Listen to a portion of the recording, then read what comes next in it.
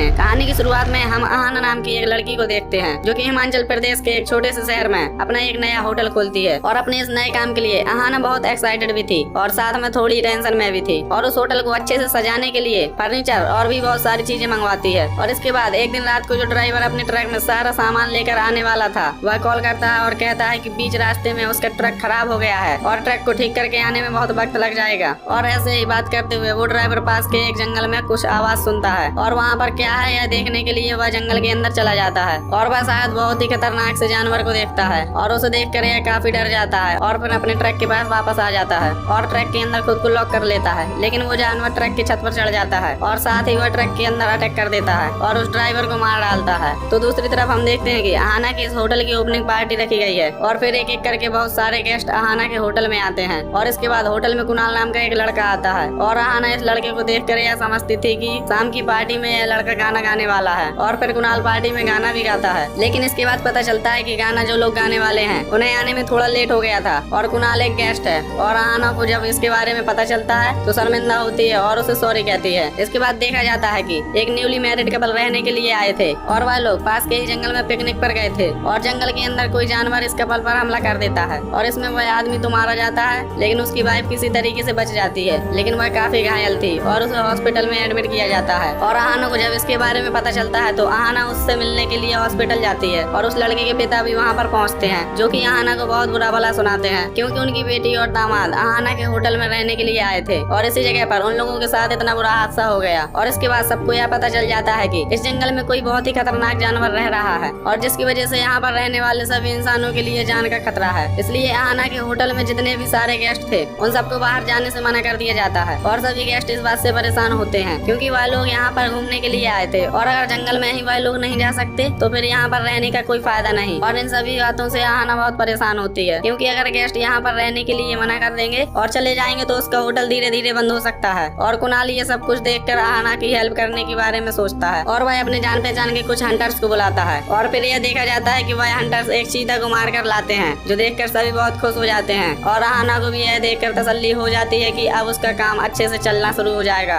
और अहाना और कुणाल की अच्छी दोस्ती भी हो जाती है। लेकिन इसके बाद एक रात को अचानक एक जानवर अहाना के होटल में अटैक कर देता है और अहाना के होटल के शेफ को वह मार डालता है। और इसके बाद जंगल में उस शेफ की बॉडी मिलती है जो देखकर वापस से सभी लोग परेशान हो जाते हैं। इसके बाद दो पुलिस ऑफिसर्स इस केस को लेकर इन्वेस्टिगेट करते हैं और इसके बाद वह जानवर फिर से एक बार अहाना के होटल में अटैक करता है और इस बार होटल में मौजूद सभी गेस्ट और अहाना भी इस जानवर को देखती है और देखकर सब इधर उधर भागने लगते हैं। लेकिन फिर भी वह जानवर कुछ गेस्ट को जख्मी करता है और मार डालता है। लेकिन इसके बाद वह जब अहाना को पकड़ने वाला था तभी कुणाल आकर अहाना को बचाता है और फिर वहाँ पर एक दूसरा आदमी आ जाता है और वह इस जानवर के सामने आग लेकर खड़ा हो जाता है जिससे कि वह जानवर डर के भाग जाता है। और सबको ये पता चलता है कि यह जानवर आग से डरता है और ये आदमी दरअसल एक साइंटिस्ट है और वह इस केस को बहुत दिनों से स्टडी कर रहा था। और वो यह कहता है कि यह जानवर दरअसल एक ब्रह्म राक्षस है। और यह सब कुछ देखने के बाद अहाना के होटल के सारे गेस्ट चले जाते हैं और फिर बैंक से दो लोग अहाना से मिलने के लिए आते हैं और उन लोगों को भी यहाँ पर जो कुछ भी हुआ उसके बारे में पता चलता है। और वो लोग अहाना को यह कहते हैं कि अहाना यह होटल बेच दे क्योंकि उसके पास इतने पैसे नहीं है वह बैंक का लोन चुका पाए। लेकिन अहाना उन लोगों से कहती है कि तुम लोगों को कोई भी स्टेप लेने से पहले मुझे नोटिस भेजना चाहिए था। और फिर वह उन लोगों को वहाँ से निकल जाने के लिए कहती है। दूसरी तरफ कुणाल उस प्रोफेसर से जाकर मिलता है और प्रोफेसर कहता है कि इस जानवर को मारना इतना आसान नहीं है और अगर तुम लोग अपनी जान बचाना चाहते हो तो यह जगह छोड़कर चले जाएं। और यह प्रोफेसर इस जानवर को हराने का कोई न कोई रास्ता जरूर निकालेगा। लेकिन अहाना यहाँ से जाने के लिए तैयार नहीं थी, वो इन सब का मुकाबला करना चाहती है। इसके बाद अहाना कुणाल को अपने पास्ट के बारे में बताती है। अहाना बताती है कि कुछ साल पहले उसके पिता को कुछ बिल्डर्स बहुत परेशान कर रहे थे। यह कहकर कि उन्हें उनका घर कंपनी को बेचना पड़ेगा। लेकिन अहाना के पिता अपना घर नहीं बेचना चाहते थे, इसलिए वह बिल्डर्स उन लोगों को आए दिनों परेशान करते रहते थे। और इसके बाद अहाना के पिता ने हार मानकर सुसाइड कर लिया था और अपने पिता की यह हालत देखकर अहाना बिल्कुल टूट जाती है और इसके बाद ही वह डिप्रेशन में चली जाती है। लेकिन वह अपने आप को संभालती है और यहाँ पर आकर नए तरीके से अपनी जिंदगी शुरू करना चाहती थी। लेकिन अब उसमें भी इतने सारे प्रॉब्लम्स आ गए हैं। इसके बाद अहाना, कुणाल और प्रोफेसर इस जानवर को हराने के बारे में सोचते हैं और वह सब एक साथ काम करने लगते हैं। और जो दो पुलिस ऑफिसर्स इस केस को इन्वेस्टिगेट कर रहे थे वो भी इसमें इन लोगों की हेल्प करते हैं। और फिर वह लोग एक तरकीब निकालते हैं। वह लोग एक बस के अंदर एक डमी को रखकर उसके ऊपर कुछ मांस लगा देते हैं जिससे कि वह जानवर इसकी स्मेल से अट्रैक्ट होकर इस बस तक आए और वह लोग उसे मार सकें। लेकिन जब वह जानवर यहाँ पर पहुँचता है तो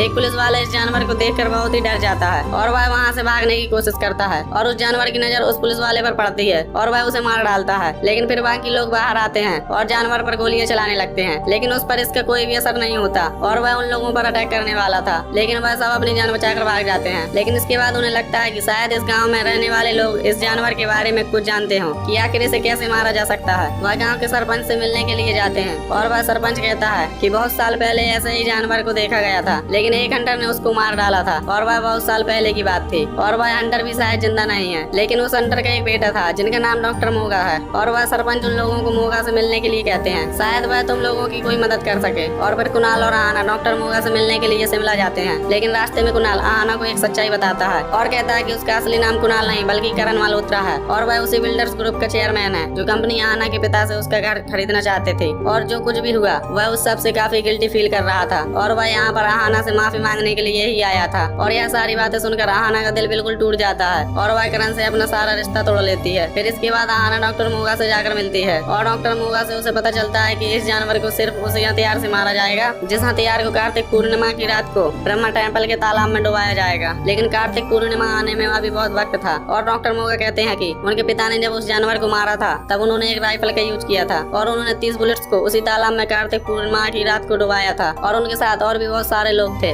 लेकिन एक एक करके सभी मारे गए और आखिरकार डॉक्टर मोगा के पिता ही जिंदा बचे थे। और उन 30 बुलेट्स में सिर्फ 23 का इस्तेमाल उस जानवर को मारने के लिए किया गया था और अभी भी उन लोगों के पास 7 बुलेट्स बचे थे और डॉक्टर मोगा वो राइफल और बुलेट्स आहाना को दे देते हैं ताकि वह इस जानवर को मारने के लिए इसका इस्तेमाल कर सके। इसके बाद देखा जाता है कि आहाना, प्रोफेसर और राणा ये जानवर जिस जगह पर रहता है वहाँ पर पहुँचते हैं और उसे मारने की कोशिश करते हैं, लेकिन एक एक करके राणा और वो प्रोफेसर उस जानवर के हाथों मारे जाते हैं और वह जानवर आहाना पर अटैक करने वाला था। तभी वहाँ पर करण आ जाता है और वह आहाना को बचा कर ले जाता है और आहाना करण से मिलती है और उसे पुरानी बातों के लिए माफ कर देती है और वो लोग उस जानवर को मारने का फैसला करते हैं और उनके पास अभी भी 3 बुलेट्स बचे थे। और फिर वह दोनों एक प्लान बनाते हैं और आहाना वह जानवर जिस जगह से बाहर आता है उस जगह से लेकर अपने होटल के अंदर तक अपना हाथ काट कर खून डाल देती है, जिससे कि वह जानवर खून को स्मेल करते हुए उस जगह पर आकर पहुंचे और वह लोग उसे बुलेट से मार डालें। और ऐसा ही होता है, वो जानवर आहाना के होटल में पहुंचता है, लेकिन इसके बाद जब आहाना उसे शूट करती है तो 2 बुलेट्स उस जानवर को नहीं लगती। लेकिन फिर आखिर में करण की मदद से आहाना उस जानवर को आखिरी बुलेट से मारने में कामयाब हो जाती है। इसके बाद हम देखते हैं कि कुछ दिन बीत चुके हैं और आहाना का होटल रीओपन किया जाता है और फिर से उसके होटल में गेस्ट आने लगते हैं और हम यह देखते हैं कि आहाना और करण दोनों एक साथ हैं और आहाना की जिंदगी से सारी परेशानियां